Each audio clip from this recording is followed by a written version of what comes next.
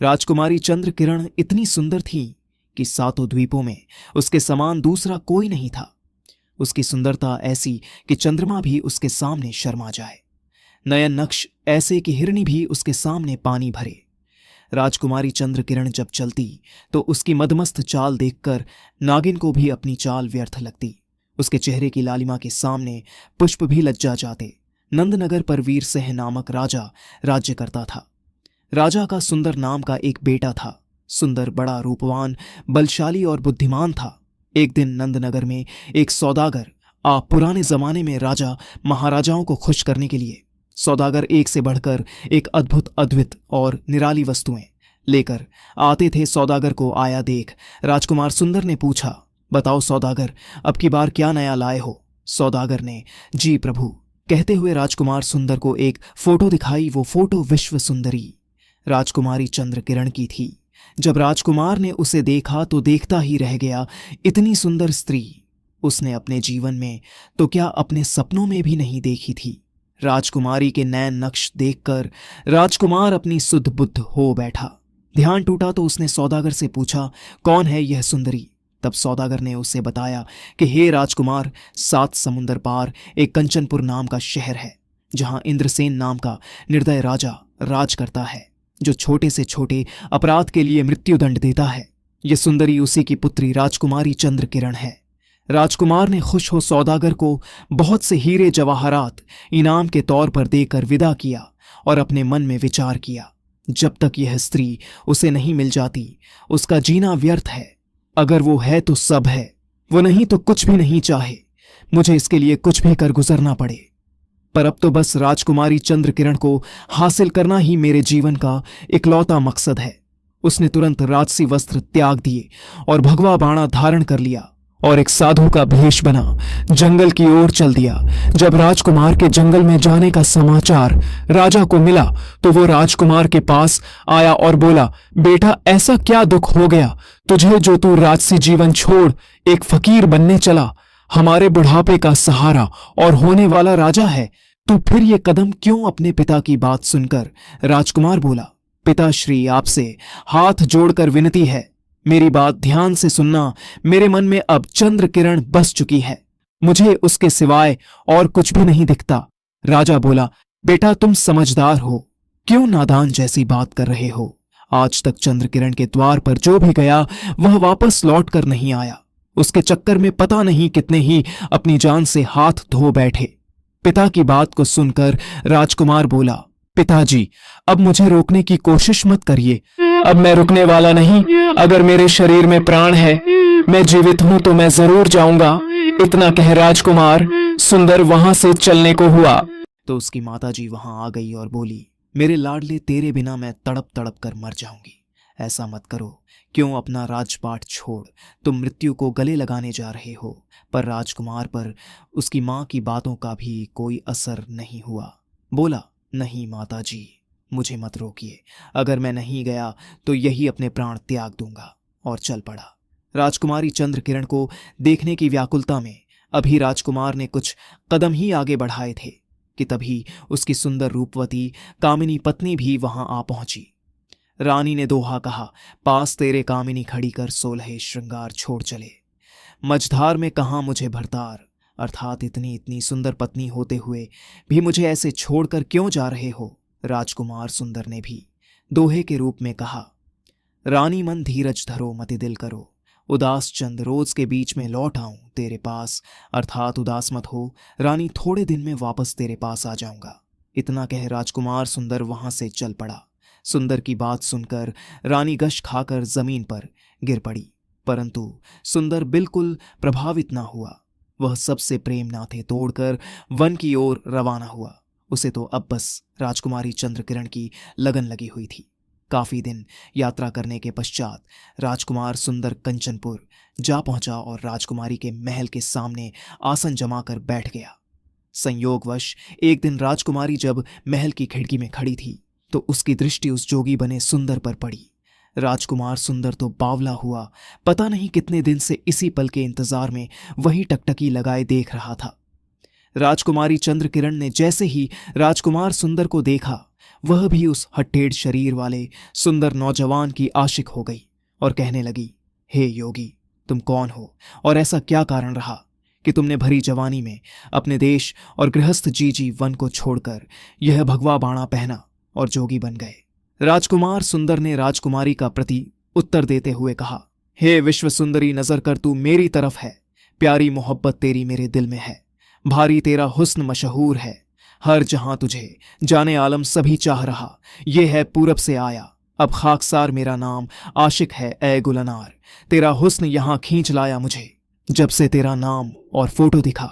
मुझे आगे राजकुमार सुंदर कहता है, ए हुस्न की मल्लिका, जब से तेरा नाम मैंने सुना है तब से मेरा चैन और सुकून सब छिन गया है। अगर तू मुझे नहीं मिली तो मेरा जीना बेकार है। चंद्रकिरण राजकुमार की बात सुन बोली, योगी, तेरा रूप देखकर तो मेरा दिल भी हिलोरे मार तेरे लिए धड़क रहा है, पर मुझे अफसोस इस बात का है कि औरों की तरह कहीं तुझे भी अपने प्राणों से हाथ ना धोना पड़े। राजकुमारी चंद्रकिरण की बात सुन राजकुमार सुंदर ने दोहा कहा, होना होगा सो होवेगा, इसमें नहीं अंदेश प्रिय। तेरे कारण तजा मैंने राज और देश, अर्थात अब जो होगा देखा जाएगा। तुम्हारे लिए तो मैं अपना राज्य पाठ और देश तक छोड़ आया हूं। राजकुमार सुंदर की बात सुनकर चंद्र के बोली, ऐ जोगी, मेरे प्रेम में तेरे प्राणों का भी खतरा है, क्योंकि जो भी मुझसे प्रेम करता है मेरे पिता उसको मरवा देते हैं या फिर उसे सदा के लिए कैद कर लेते हैं। अब भी उनकी कैद में बहुत से व्यक्ति पड़े सड़ रहे हैं, इसलिए उचित यही है कि तू अपने देश वापस चला जा। मेरे प्रेम के चक्कर में फंसकर अपने प्राण मत गवा। यह सुनकर श्याम सुंदर ने उत्तर दिया, तेरा इश्क मुझको लाया। यहां भला अब कहो तुम मैं जाऊं कहां, यह डर अपने दिल में लाता नहीं। बिना लिए तुझको मैं जाता नहीं दोहा। कह श्याम सुंदर बोला, हे राजकुमारी, मेरी परेशानी को थोड़ा ध्यान से देखो। तुम्हारे प्यार की खातिर मैं मुश्किलों से लड़ते हुए बर्बाद हालत में तुम्हारे पास पहुंचा हूं। यह सुन चंद्रकिरण ने खिड़की से एक रस्सी डाली, जिस पर चढ़कर खुश होता हुआ राजकुमार सुंदर राजकुमारी के महल में प्रवेश कर गया। उसे अपनी किस्मत पर नाज हो रहा था। राजकुमार के ऊपर आते ही चंद्रकिरण उसके गले में बाहें डालकर कहने लगी, ए हसीन नौजवान, तुझसे पहले भी पता नहीं कितने ही मेरे आशिक आए और मेरे पिता के दंड की भेंट चढ़ गए। कितने ही मौत के घाट उतार दिए गए, कितने ही जेलों में बंद पड़े हैं, पर पता नहीं क्यों ना कभी किसी के लिए मेरे अंदर के जज्बात जागे और ना ही उनकी सजा पर मेरा हृदय पसीजा।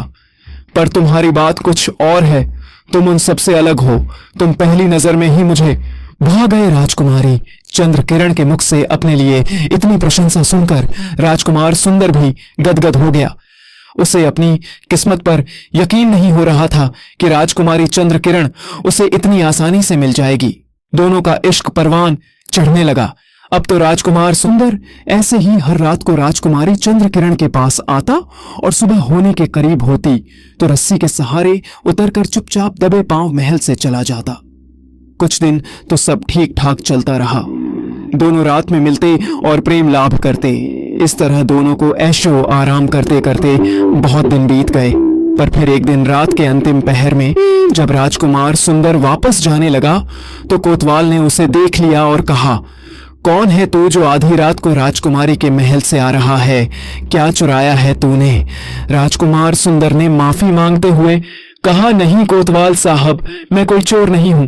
पर कोतवाल पर उसकी बातों का कोई असर नहीं हुआ और तुरंत सिपाहियों को बुला उसे पकड़वा दिया और कहा, ले जाओ इस बदमाश को, इसने सारी प्रजा को परेशान कर रखा है। सुबह हुई तो राजकुमार सुंदर को राजा के सामने राज दरबार में पेश किया गया। कोतवाल ने राजा से कहा, महाराज, यह बहुत बड़ा चोर है। रात यह महल में चोरी करने गया था। जब यह उतर कर जा रहा था तो मैंने इसे पकड़ लिया। राजा ने कोतवाल को शाबाशी देते हुए उसकी तारीफ की।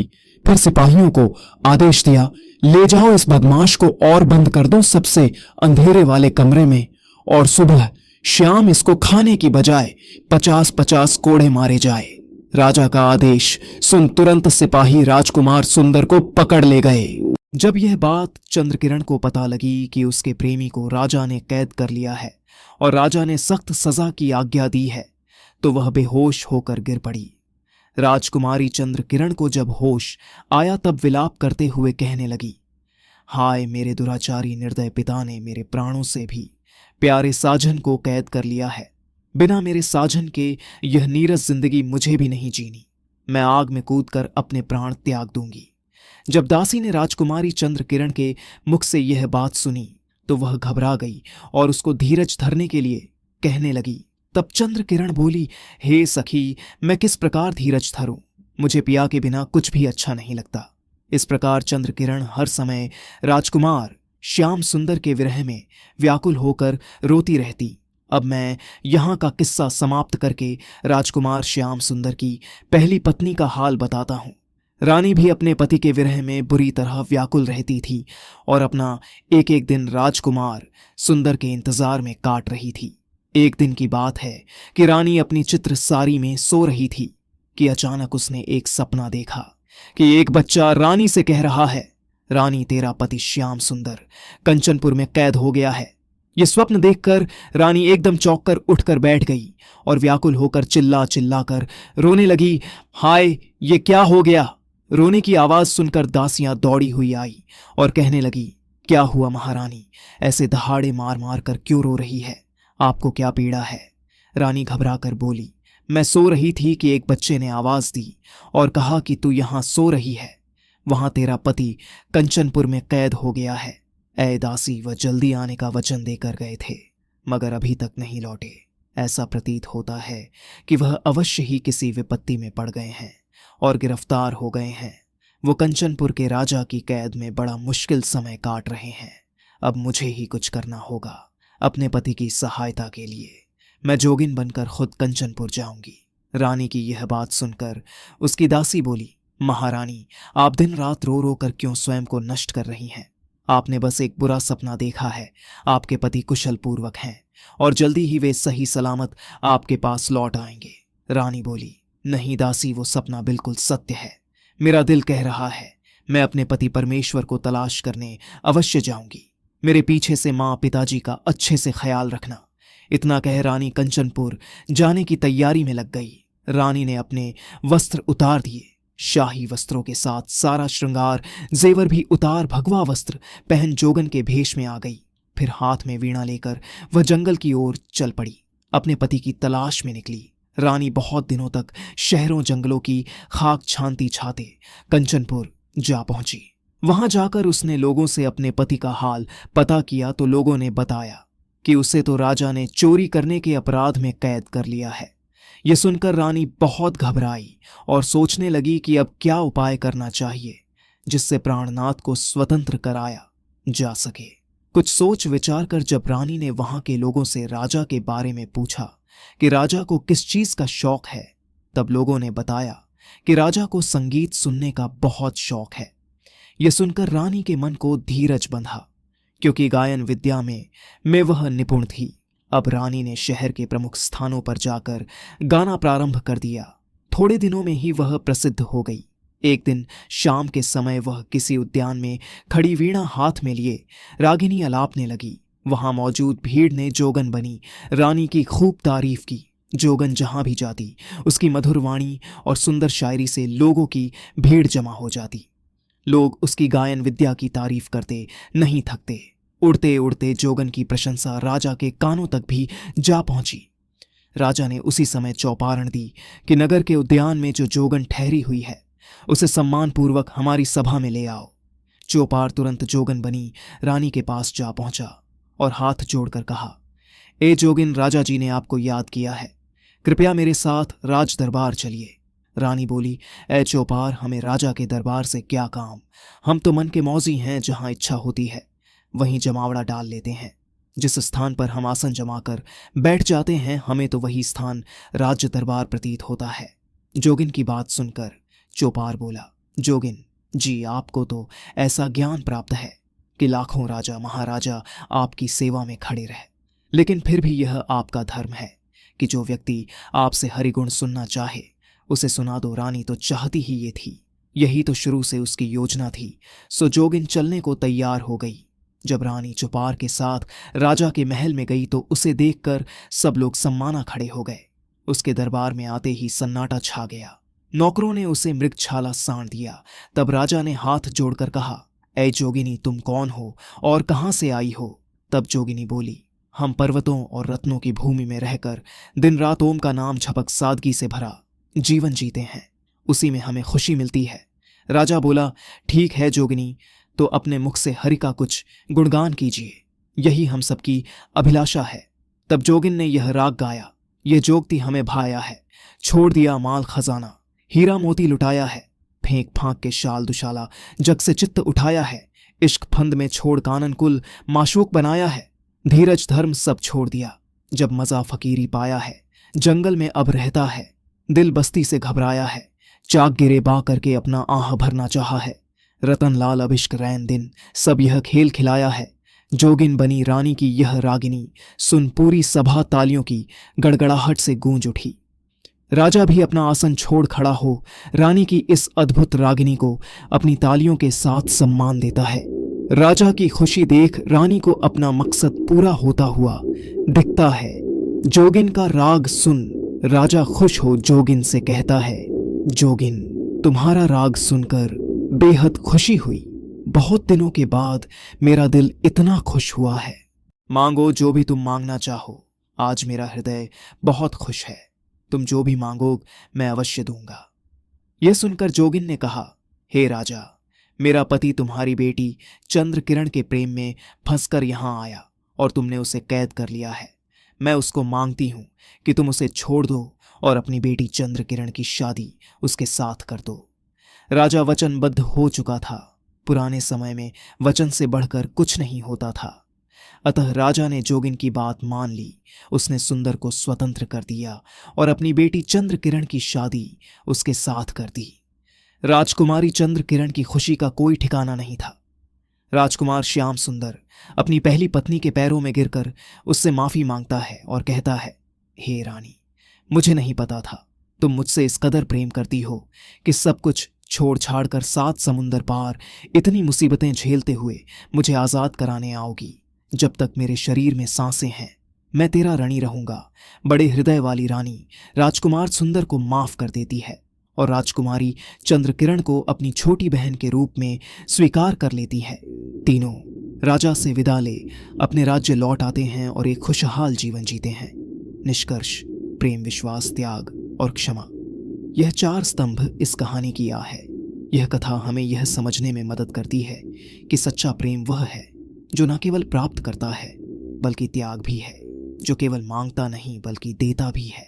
सच्चा प्रेम और विश्वास हर कठिनाई को पार कर अंत में विजय का ताज पहनता है। कहानी में अंत तक बने रहने के लिए आपका तहे दिल से धन्यवाद।